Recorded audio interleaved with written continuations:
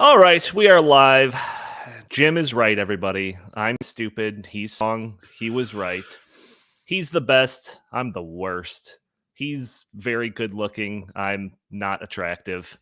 What am I talking about? I'm talking about the current administration's plan to destroy reliable energy in this country.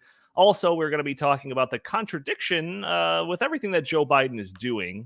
And also, what's the likelihood that the Democratic establishment is going to jettison Joe Biden at their next opportunity? We're going to be talking about all of that and more on episode 351 of the In the Tank podcast.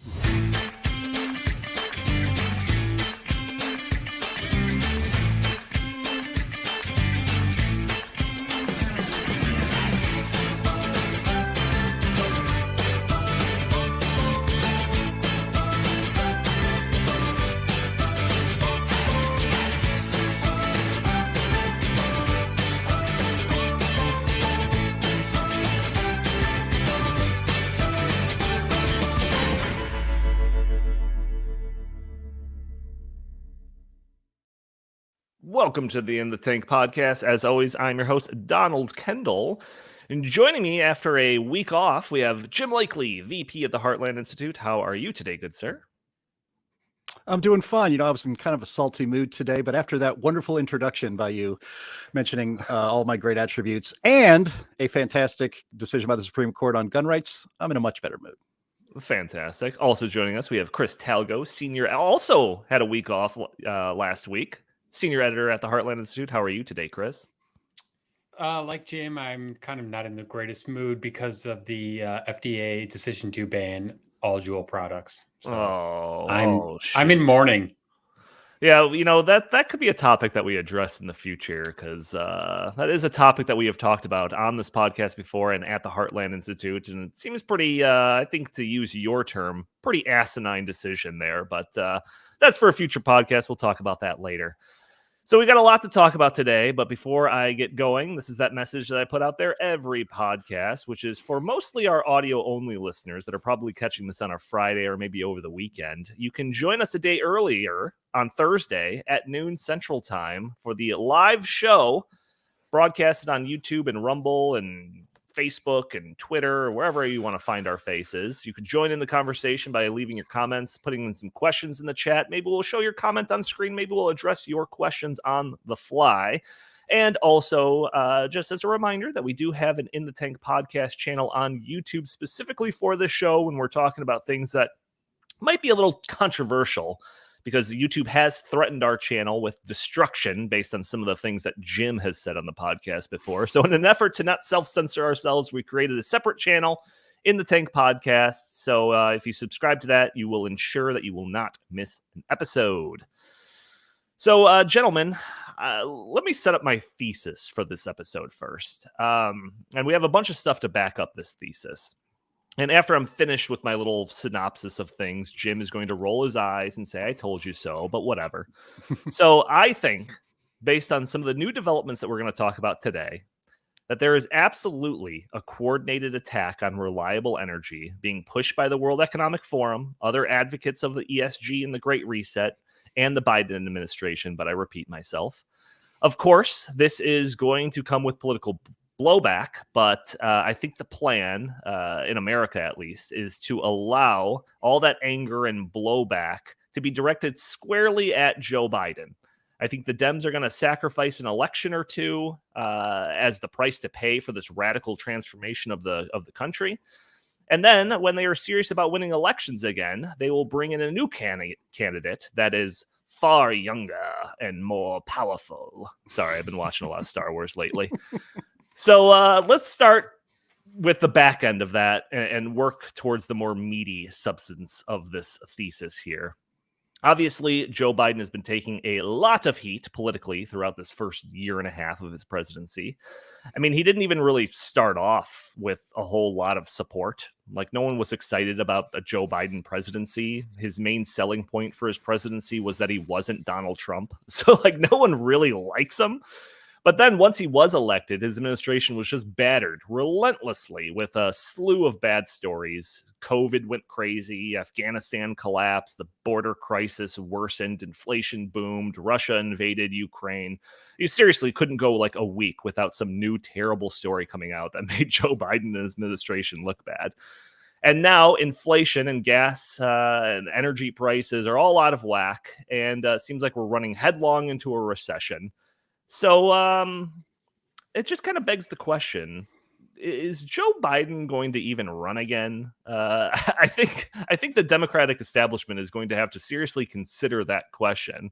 And, we're still like probably a year away from that question being seriously pondered by the Democratic establishment. But we did get a sneak peek of this quandary about a week ago when CNN's Dana Bash spoke with my second favorite socialist, Alexandria Ocasio-Cortez. So we do have a clip of this, and I want to play it, and then I'll get to Jim and Chris's reactions. Go ahead.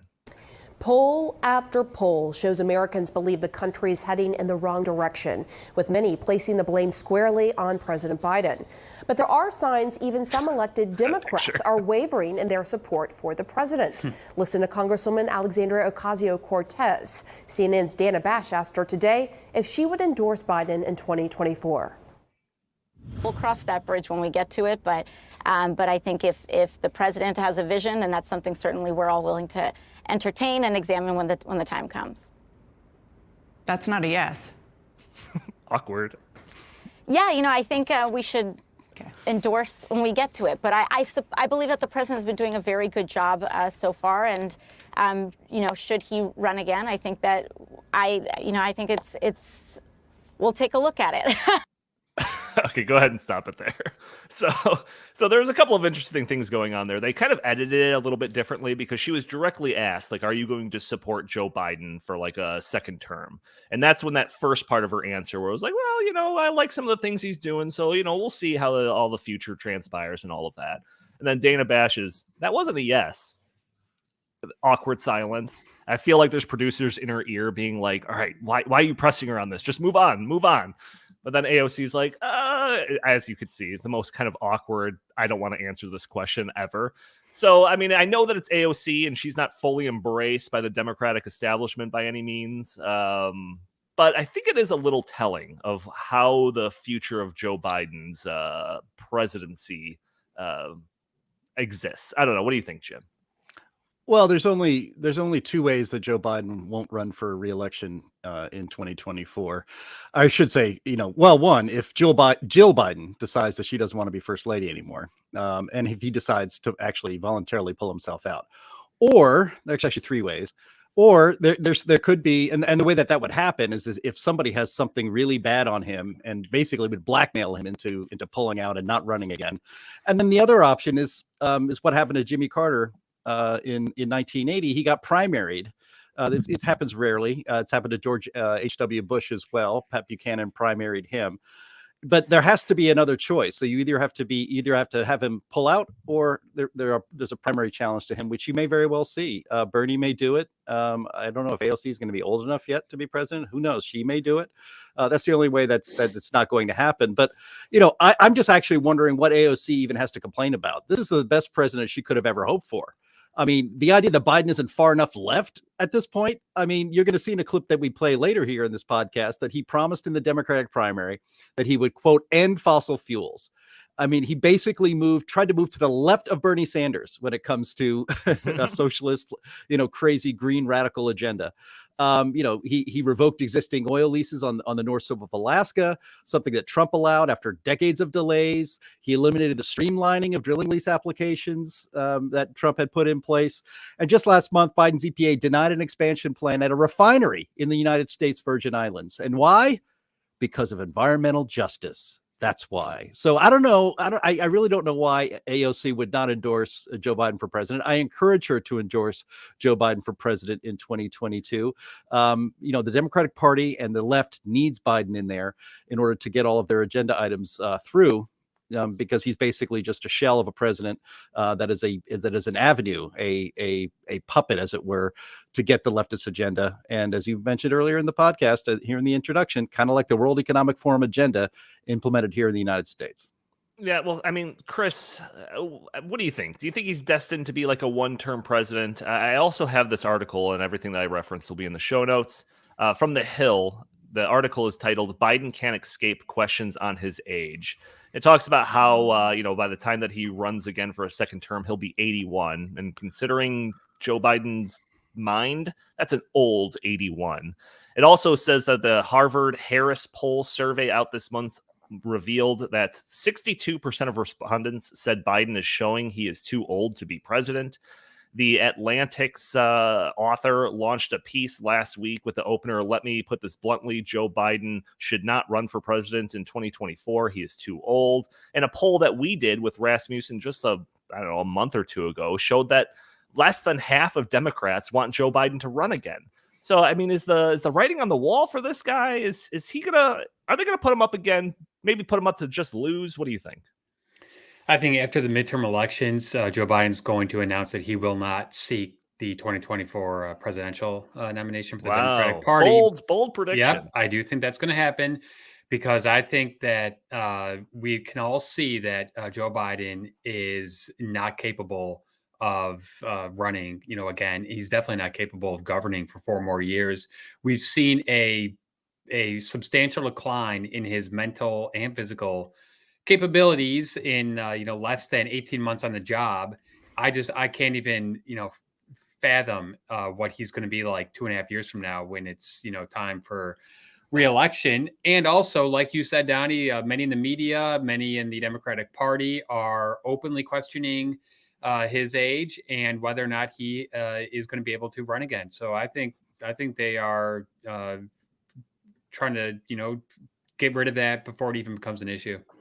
Well, here, we got a comment on here from Nikki on Facebook saying that he's a fall guy. And this is exactly the point that I want to get to. Is Joe Biden the fall guy? Is he just the guy that's going to usher in all of this stuff, be the first real the person pushing for this radical transformation of our society and economy and all of that through fossil fuel, getting rid of fossil fuels and whatever. And then all of that political windfall and fallout will just be directed squarely on Joe Biden. Knock him out, get him out of there. We'll put in someone else. And, when the history books are written, everyone will just look back at Joe Biden as just being this failure, not necessarily representative of the Democratic Party, just him, kind of the same way that Jimmy Carter is talked about. What do you think about that, Jim? Yeah, I think that's 100% correct. I mean, this is the pattern that followed. That's why we have Obamacare.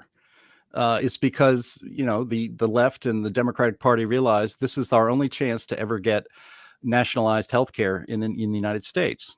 And they knew it was going to cost them the midterm elections big time. And it's like Obama even said we got a shellacking in 2010. That was the Tea Party revolution pushing back against Obamacare. And so they've done this in the past and they're doing it now. I mean, Joe Biden is a shell president. He is there only for the purpose of cramming in as much of the leftist agenda as possible. A lot of it through executive action, a lot of it through, the deep state, frankly, the administrative state that is implementing all of these policies on energy, for instance, is one big one, of course, and we'll be talking a little bit more about that later. But yeah, they are totally willing to sacrifice the midterms, and they realize and they figure, well, it's a lot harder to roll back something that's already implemented than it is to get it done in the first place. So they're going to take a huge political hit for this. They're going to get swamped in the midterms, but they figure, 10 years down the line, most of what we implemented during this time of in a real hurry getting a leftist agenda implemented as policy in the United States, in 10 years, 80% of it will still exist. It'll be totally worth it to them. That's what's going on right now.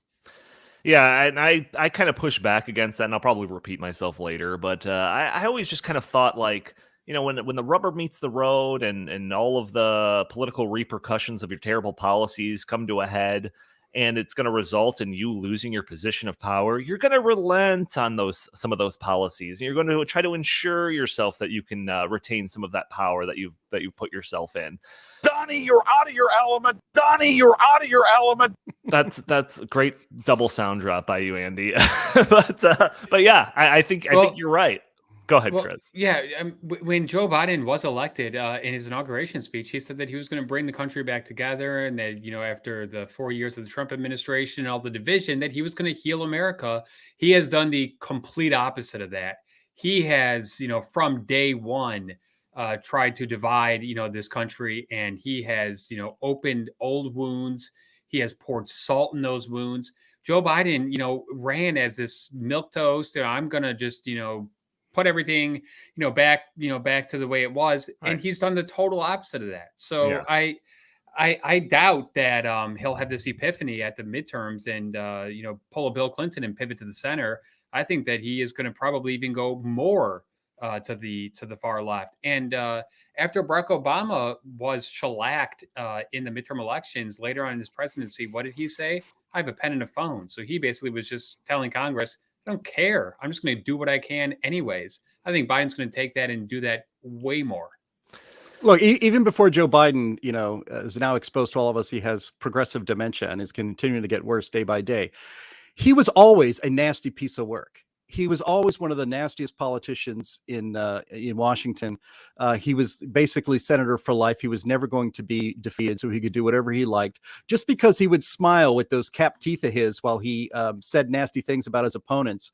Remember, today is a good day for this, because today happens to be Justice Clarence Thomas's birthday, and Clarence Thomas was the lead judge. He was the author of the lead opinion in the gun rights case today, and it was Joe Biden who led the smear campaign against Clarence Thomas during his confirmation hearings. So for decades, Joe Biden has never been a uniter and somebody who's going to bring the country together. It was all BS. And we should also remember that was sold by the media. His entire presidential campaign was a media operation. He was locked in his basement for almost the entire campaign. It's amazing that he got 81 million votes when almost never going outside and having rallies with like 17 cars in a parking lot.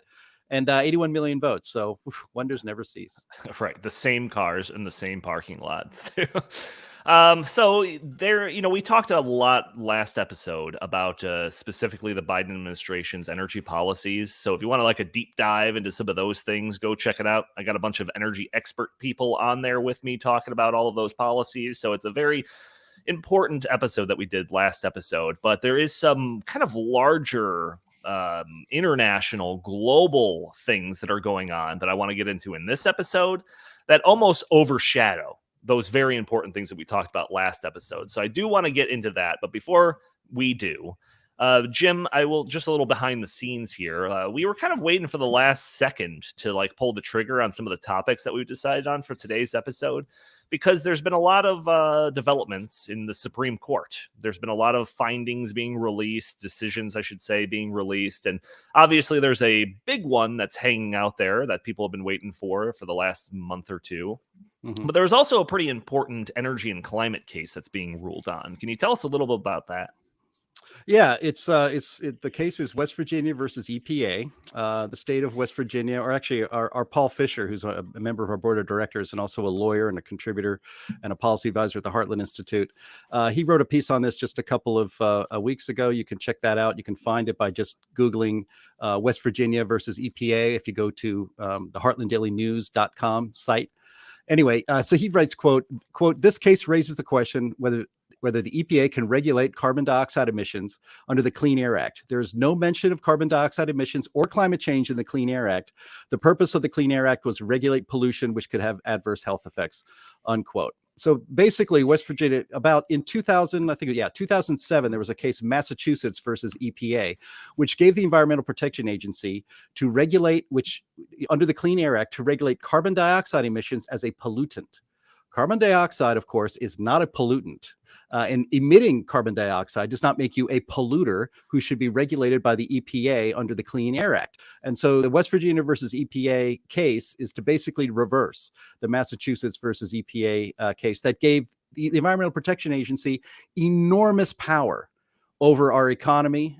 If you can regulate energy, you can regulate everything. And so the EPA has been regulating our power plants, which is why, we're not building any more coal plants anymore. We transferred to natural gas, which emits less carbon dioxide, quite a bit less than a coal plant. But that wasn't good enough either. So EPA wants to get rid of those and regulate those things out of existence. And so, what's important here is that this case could be I know that the abortion case obviously is an enormous case. The gun rights case today was an enormous case, but this decision on West Virginia versus EPA has the potential to really rein in the power of government in a way that most of us have not actually seen in our own lifetimes. Because you would be rolling back the ability of the EPA to basically have carte blanche regulation abilities through the Clean Air Act. And if the Supreme Court decides even narrowly that carbon dioxide is not a pollutant, so that it's not part of the Clean Air Act and the EPA cannot regulate it, that alone would be a huge victory for conservatives or anybody who actually believes in the Constitution and the rule of law and wants to rein in a runaway administrative agency like EPA. But let's be clear here. The Clean Air Act is a good thing. It was first signed into law in 1963. It's had a couple of major additions to it over the years, including in 1990 when George H.W. Bush signed probably the latest big expansion of the Clean Air Act. And since that time, I looked this up last night. Mobile sources of pollutants, actual pollutants, not carbon dioxide, including automobiles, trains, and boat engines, have become 99% cleaner of pollutants like carbon monoxide and nitrogen oxides and particle emissions since the 1970s. Harmful pollutant emissions from our cars are down 90% from the 1970s, despite the fact that we are driving 400% more miles today than we did when the Clean Air Act was put into law. And mercury emissions from power plants are down 80%. The EPA decades ago should have declared victory. They should have had a huge party and all of America could have celebrated with them. We won. We cleaned up the environment. But the Environmental Protection Agency is completely staffed by radical leftist environmentalists, and they don't want to give up their power. So they pretended, and they continue to pretend, that carbon dioxide is a pollutant and want to regulate it so they can continue to have control over our economy and our lives. This case, West Virginia versus EPA, look for it. It could be coming out any day now. I think it's even more important than the other cases that people are kind of have their attention on. Yeah, once that decision comes down, which will probably be next week, I assume. Probably. Maybe we should address that too. Maybe bring on some type of expert that can get a little bit into the nitty gritty about that. But to go back to my thesis with this Joe Biden and being the fall guy, have you ever seen like one of those movies or TV shows where somebody is set up as the fall guy, and like there's like the murder victim over here, and in this analogy, this would be like the oil industry. And then they're like, oh no, we've got this video of this guy saying all these awful things about this person, so it's probably likely that he's the one that murdered him. Well, we have that video for Joe Biden when it comes to the oil and gas industry. This is a montage of things that Joe Biden had to say during and throughout his campaign for president. Let's go ahead and play it. Look in my eyes. I guarantee you, we're going to end fossil fuel, and I am not going to cooperate. As president, would you be willing to sacrifice some of that growth, even knowing potentially that it could displace thousands, maybe hundreds of thousands of blue-collar workers in the interest of transitioning to that greener economy? The answer is yes. Number one, no more subsidies for fossil fuel industry, no more drilling on federal lands, no more drilling, including offshore, no ability for the oil industry to continue to drill, period. Ends. No new fracking. We are going to get rid of fossil fuels. Would there be any place for fossil fuels, including coal and fracking, in a Biden administration? No, we would work it out. We would make sure it's eliminated. So I know the president once said that he was going to end fossil fuel. Is that now off the table? No, we are going to continue to move forward with our clean energy proposal, our climate change proposal. So between the years 2021 and 2030, it's irreversible, the path we've set ourselves on. And one of which is doing away with any subsidies for fossil fuels, number one. Number two, holding them liable for what they have done, particularly in those cases where you're underserved neighborhoods and you know the deal, okay? And by the way, when they don't or when they're deliberate, put them in jail. That's what I'm not joking about this. The companies running gas stations and setting those prices at the pump. This is a time of war. Global peril, Ukraine. These are not normal times. Bring down the price you are charging at the pump to reflect the cost you are paying for the product. Do it now. Do it today. Your customers, the American people, they need relief now.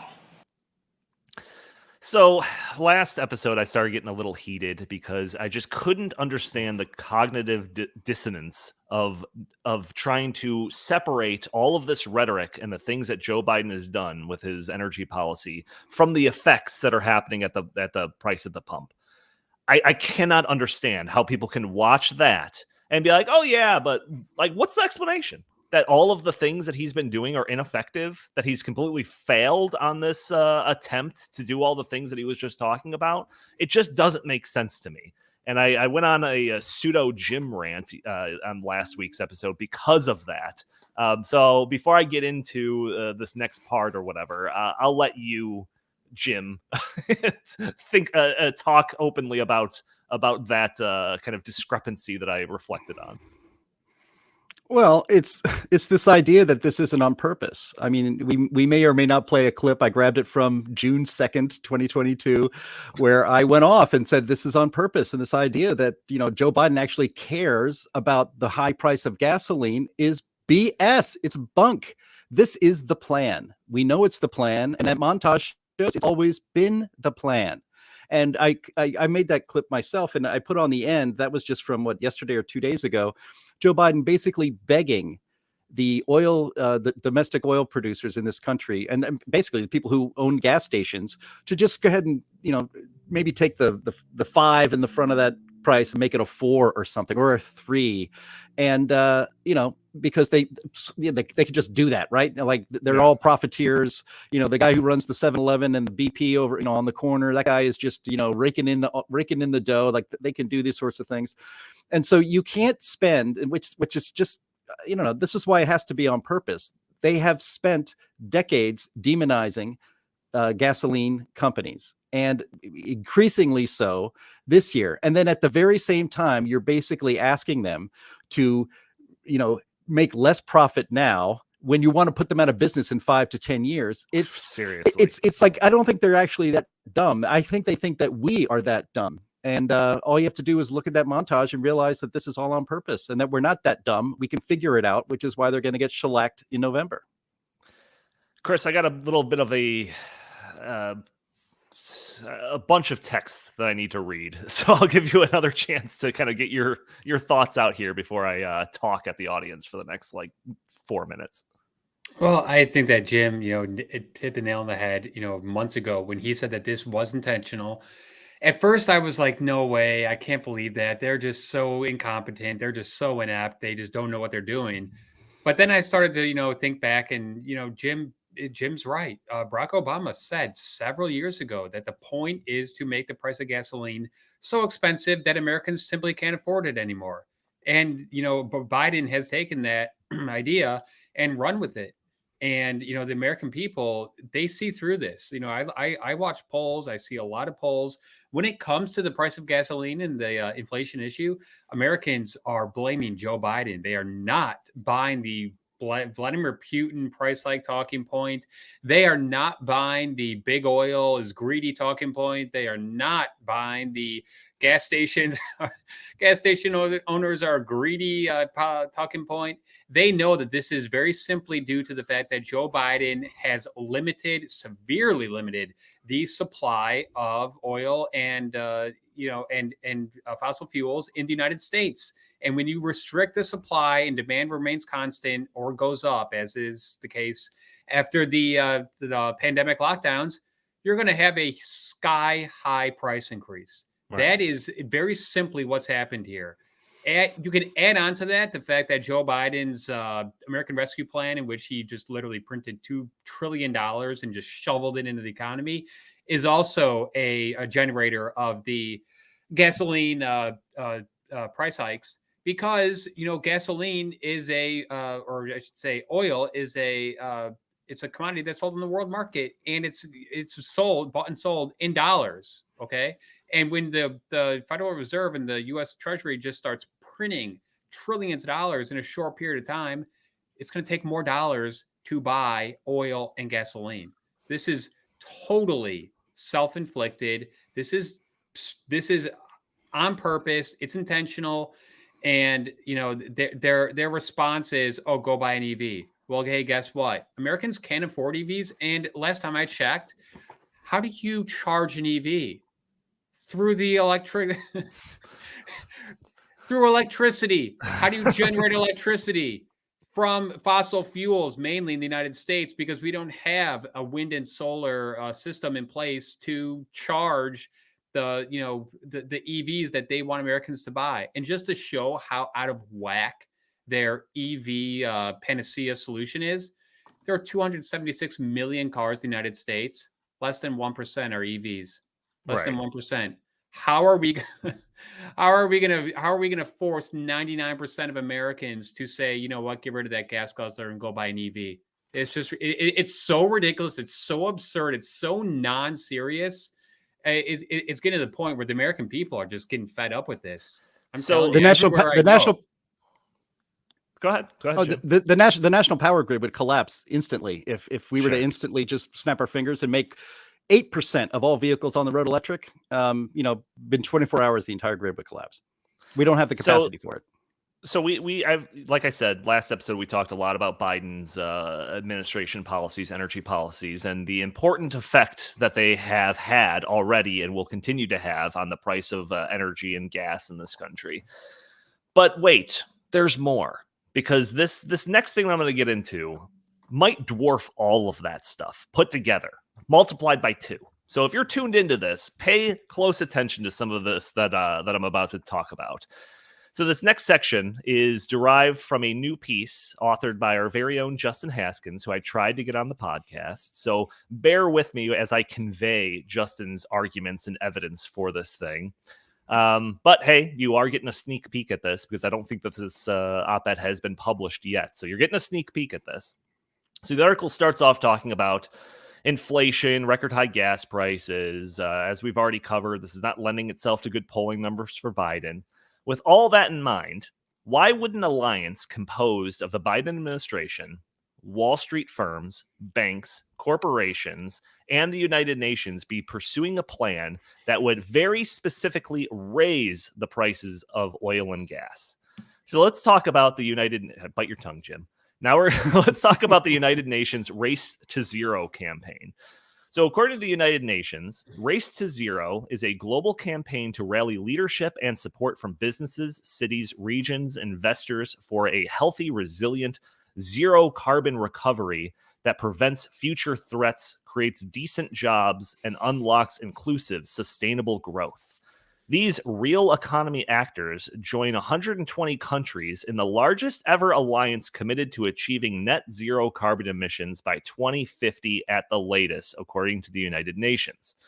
One of the most important Race to Zero partner coalitions is the Glasgow Financial Alliance for Net Zero, or GFANZ, a large group of, quote, leading financial institutions committed to accelerating the decarbonization of the economy. So this group includes, some of the largest banks, asset managers, insurance companies, basically anyone that advocates for the Great Reset is a part of this. Well, on June 15th, the United Nations-backed Race to Zero campaign announced that it has tightened its already strict energy policies for its extremely large, exceptionally powerful membership group, pushing the world towards an even greater energy crisis. So this change is going to require the GFANZ and the Race to Zero members to, within a year, quote, phase down and out all unabated fossil fuels as part of a just transition, something which was previously implicit. This is reading from Justin's article. Race to Zero's website further notes, quote, in practice, this means corporations and investors must restrict the development, financing, and facilitation of new fossil fuel assets, which include new coal projects. So in a world where energy and gas prices are skyrocketing, the UN and all of these parties that I just listed are planning to double, triple, and quadruple down on the policies that caused this problem to happen in the first place. And all of these banks and governments and investment firms are now going to tighten their grip around the throat of reliable energy across the globe. Jim, too heavy for you? What are your thoughts on this? I mean, this goes beyond, you know, Joe Biden. This is all of the Great Reset ESG apparatus in full effect here. When you're reading all that to me and I'm listening to it, you know, my mind went to, you know, if you spend any time on Twitter, or if you have any friends that are on the left, one of their biggest fears, they fear, and he's with the Handmaid's Tale, right? They fear living in a theocracy. This race to zero and ESG and the Great Reset and all this stuff, that's living in an actual theocracy. These are cultists. These are people who are going to impose their fantasy of life, of how life can actually exist on the rest of us, because they have the power to do it. America was never a theocracy. As big as or as supposedly powerful as the conservative coalition was in the 1980s with Jerry Falwell and those kinds of things, you know, they didn't really have any real cultural power. And they certainly didn't have a lot of influence on policy in the government. These cultists who believe this stuff, who think we can go to a carbon dioxide emitting free future by 2050, that is magical thinking. That is insane.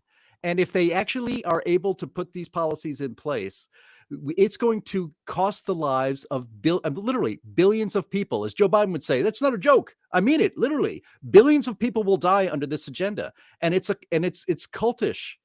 None of this is remotely grounded in reality.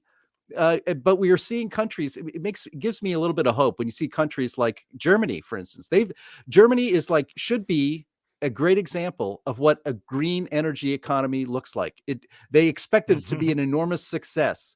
It is an enormous failure. And they are now restarting coal plants in Germany because their politicians are not stupid enough that they want their citizens to actually die because they do not have enough power to heat their homes or cool their homes.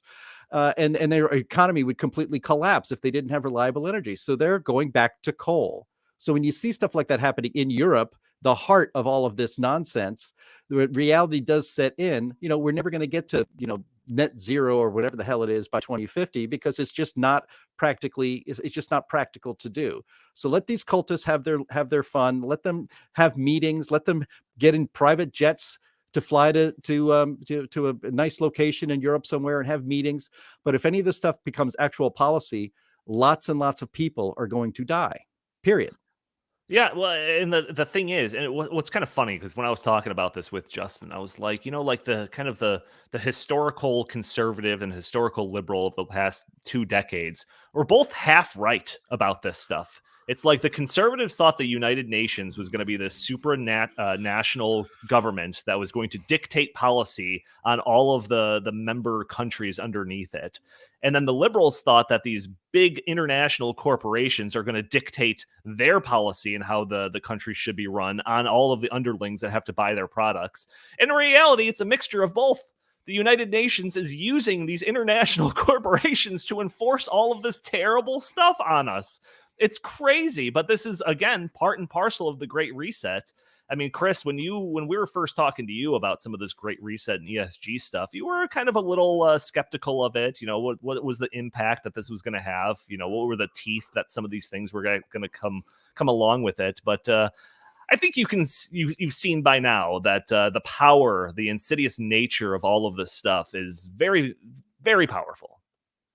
Well, yeah, first of all, if they were really genuine about their caring for the environment and their desire to reduce CO2 emissions, they would. Dope.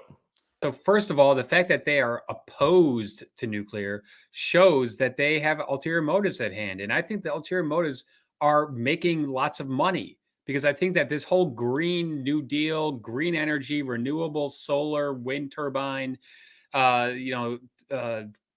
movement is all about money, because I think that these people realize that, hey, you know what, if we can just like push the economy to move in that direction, and we control those companies like, you know, Al Gore does, and many other very influential green radicals, they're going to make out like bandits. Yes. Okay, and the rules are not going to apply to them.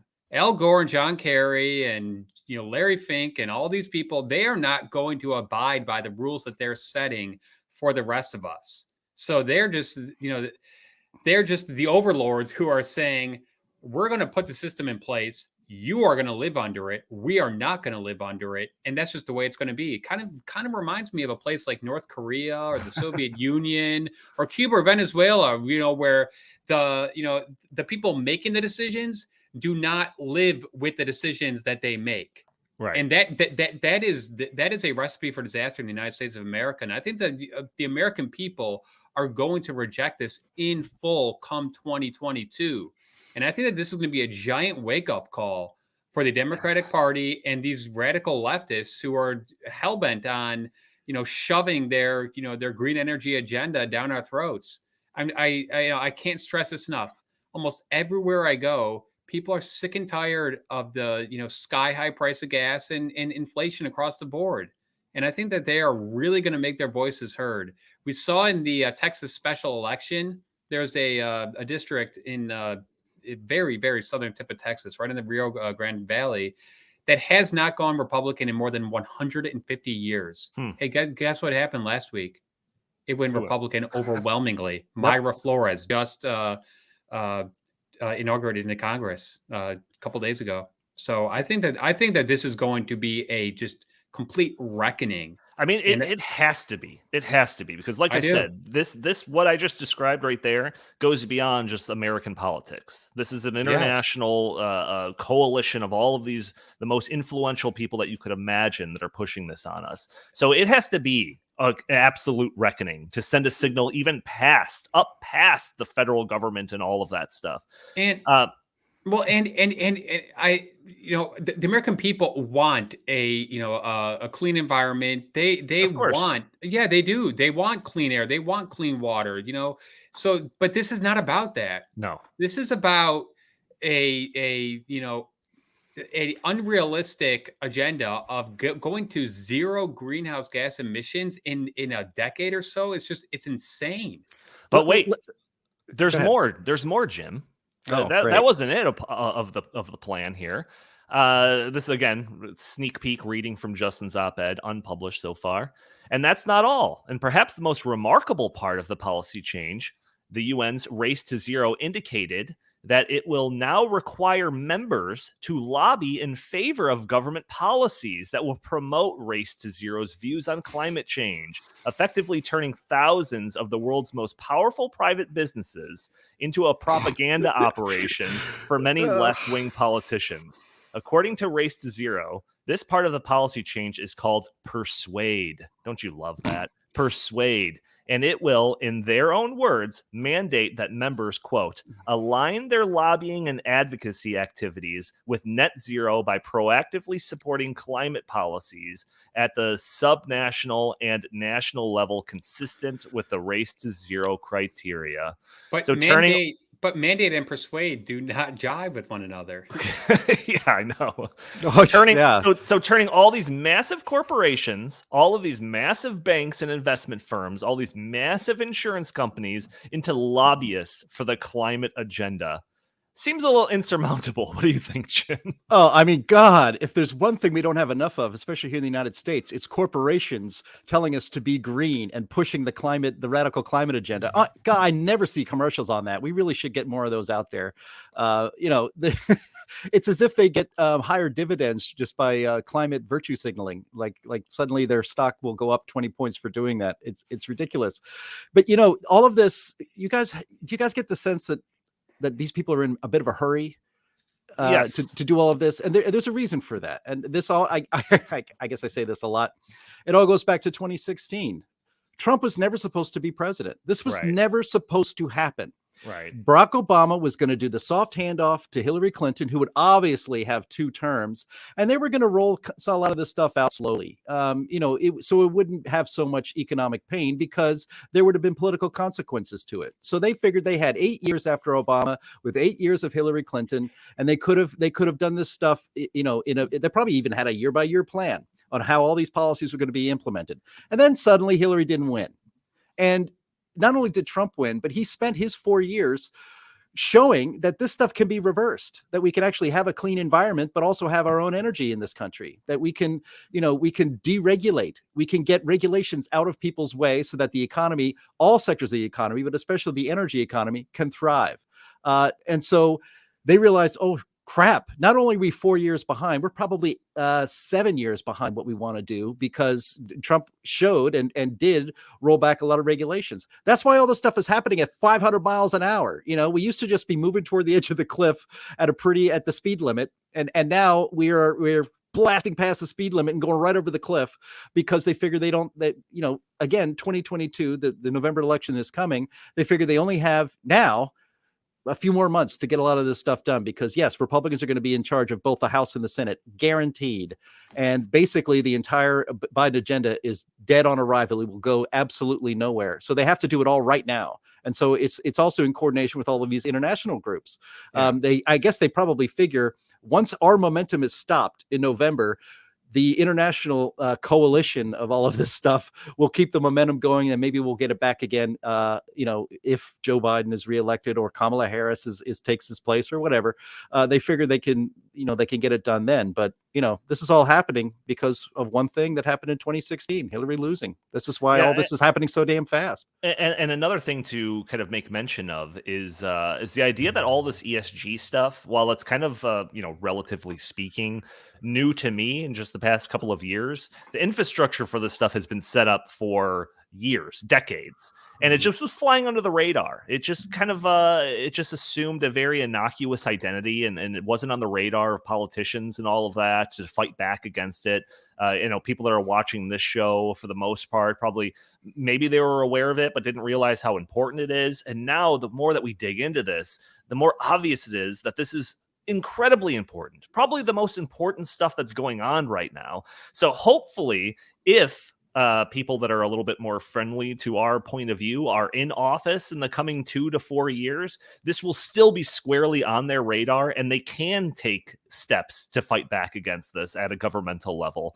And thanks to toot our own horn here, but the actions of the Heartland Institute, our government relations department, and everything that Justin does and all of that stuff has put this issue squarely on the radars of a whole lot of state level policymakers across the country. So we're in a fairly good position here, despite the fact that we are, we've got these Goliaths that are 10,000 times our size working against us.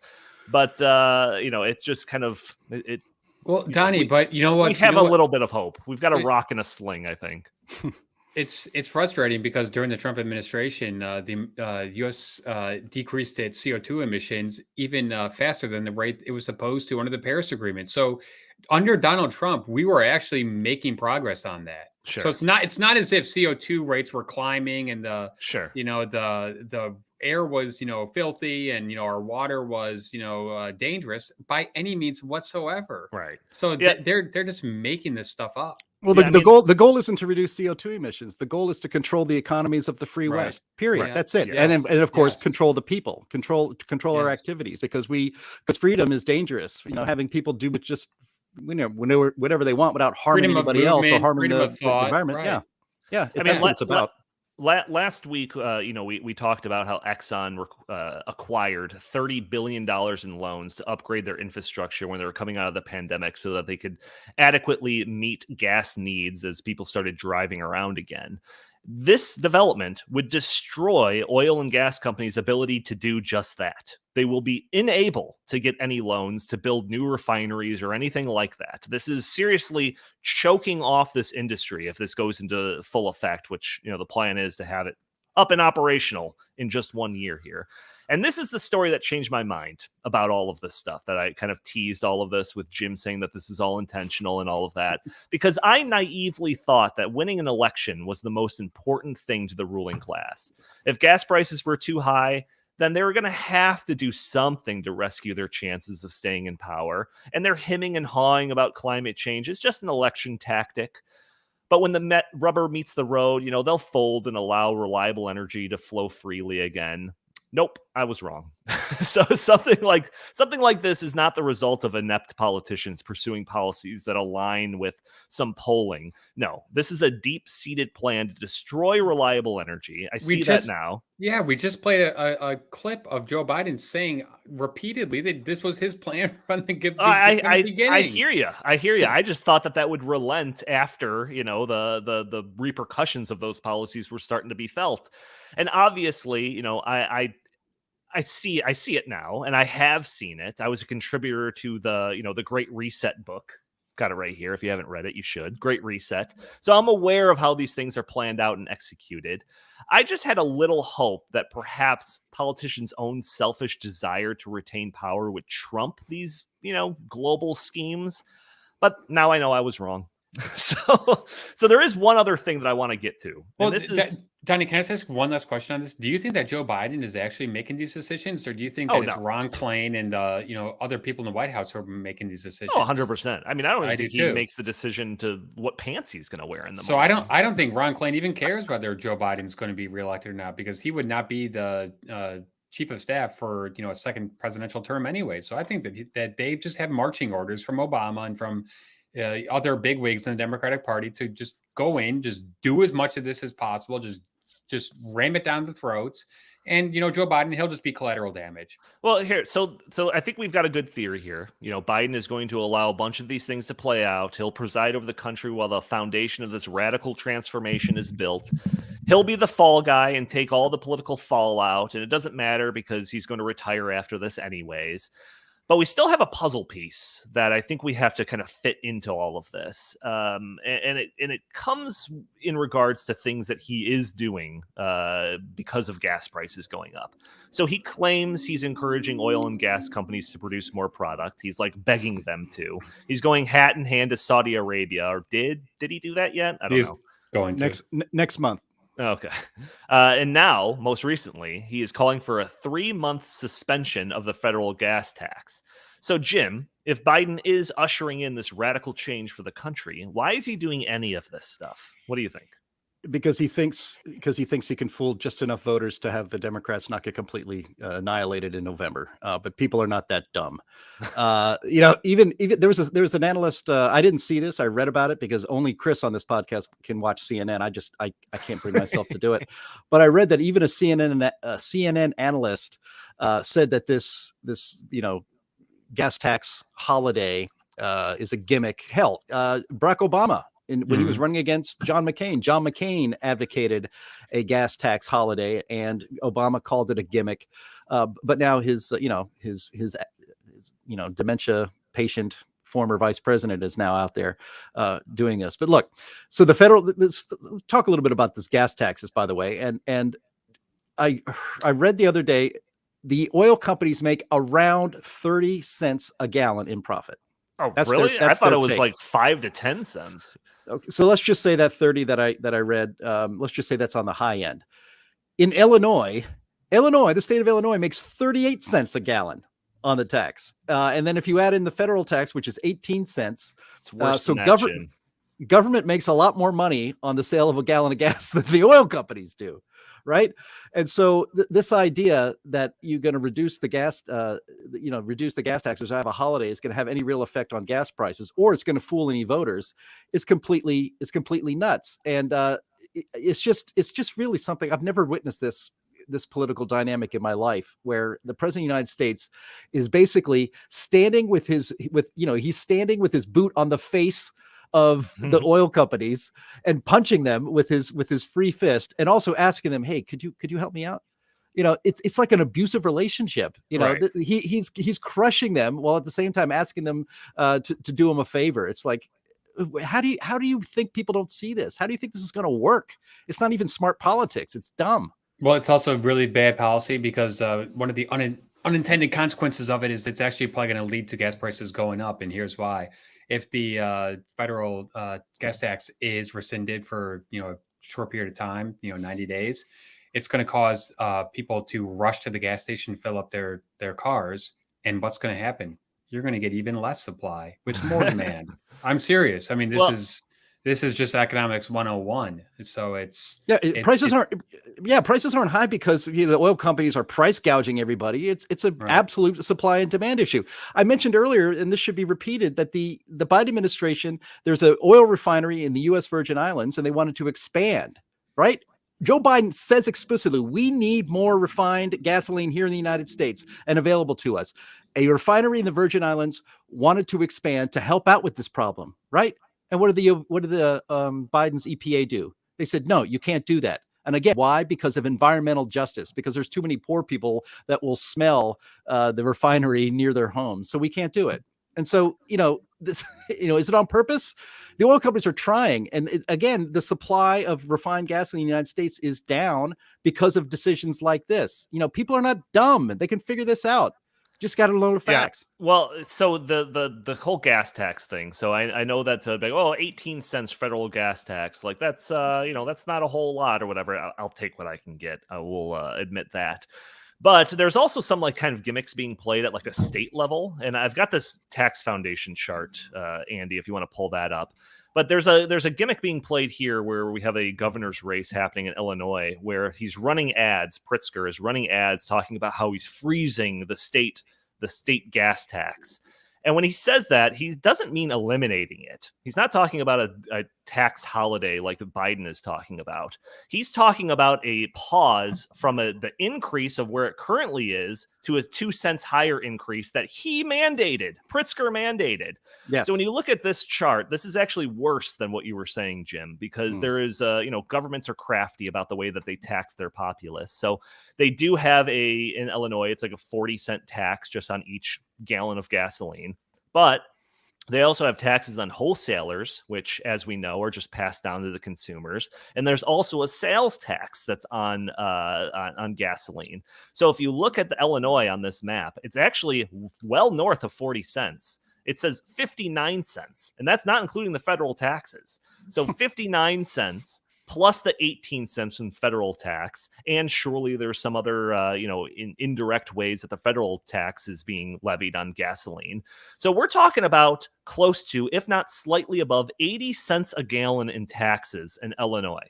80 cents. And that's compared to, even if we give Jim's number of 30 cents in profit to the oil companies, I've seen it closer to 5 to 10 cents. So maybe somewhere in the middle there. But the government is making out way more than the oil companies are when this transaction has happened. A voluntary transactions happens when you go to the gas pump. And in California, which is, I think, the worst state in this map, 67 cents at the state level. 67 cents plus 18 cents at the federal level. So nearly $1 of every gallon of gas purchased in California is attributed to taxes. Like this is, if you're looking for a problem, if you're looking for price gougers, don't look at the oil companies. Look at the governments, because that's what's going on. So Chris, I don't know. My theory on my question that I started off this whole gas tax holiday thing was, why is Biden doing any of this? If he's actually the one that's presiding over the building of the foundation of this transformational, radical transformation, why is he doing that? And I'll just say that my before I get your insights, my theory on this is that it's just cover for the rest of the Democratic Party. So even after Joe Biden is gone, they can still point to some of these things as proof that the Dems have some solutions to people's problems. But I'll give you a last word on this. I just think it's an attempt, like Jim said, to try to convince the American people that, hey, we're doing something about this. We're trying to lower the price of gasoline by 18 cents a gallon. Big wow. So, but the American people, they realize that 18 cents a gallon is nothing when you're paying $5 a gallon for gas. Sure. And in a typical gas tank, that's going to be like $3 at most. You're saving $3 every time you fill up your tank. I mean, this is like, this is let them eat cake, French Revolution stuff that I'm seeing here. Really, seriously. Right. Yeah, well, this is the stuff that I went over with all that G fans and the race to zero and these kind of the international,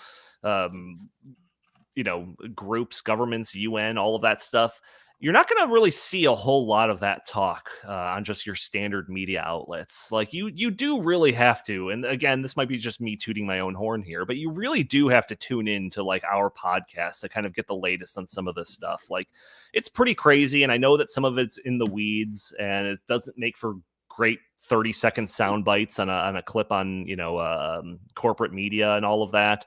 But like, this is really the important stuff that's under the hood here. So I just want to encourage everyone that hasn't already to hit that subscribe button, to like and share this content, leave a comment below the video, and all of the things that you can do to help kind of break through those big tech algorithms that prevents content like this from reaching more eyes. Jim, I'll give you last word on this podcast. Oh, well, yes, definitely subscribe. And next time, if you're watching the show, we have such a great group of people who watch live and leave things in the chat. Bring a friend, bring one other person to the show next week, and we'll see if we can help grow that way. Yep. All right. Fantastic. Well, I just want to thank everyone for joining in for this episode of the In the Tank podcast. Join us every week for a new episode. Again, for those audio-only listeners that are catching this on a Friday, join us a day earlier on Thursdays at noon Central Time. Leave your comments and questions in the chat there. Maybe we'll show your comments on screen. Maybe we'll address your questions on the fly. Also, you can follow us on Twitter, which is 20% better than it was a couple of months ago, by following In the Tank Pod. If you have any comments, questions, or suggestions for the show, feel free to email us at inthetankpodcast@gmail.com. Jim Lakely, where can the fine people find you? At J Lakely on Twitter, at Heartland Inst on Twitter, and always visit heartland.org. And Chris Talgo, what do you have to pitch today? StopInSocialism.com and heartland.org. Fantastic. Thank you all for tuning in. We will talk to you next week. Your organization you is are terrible. attacking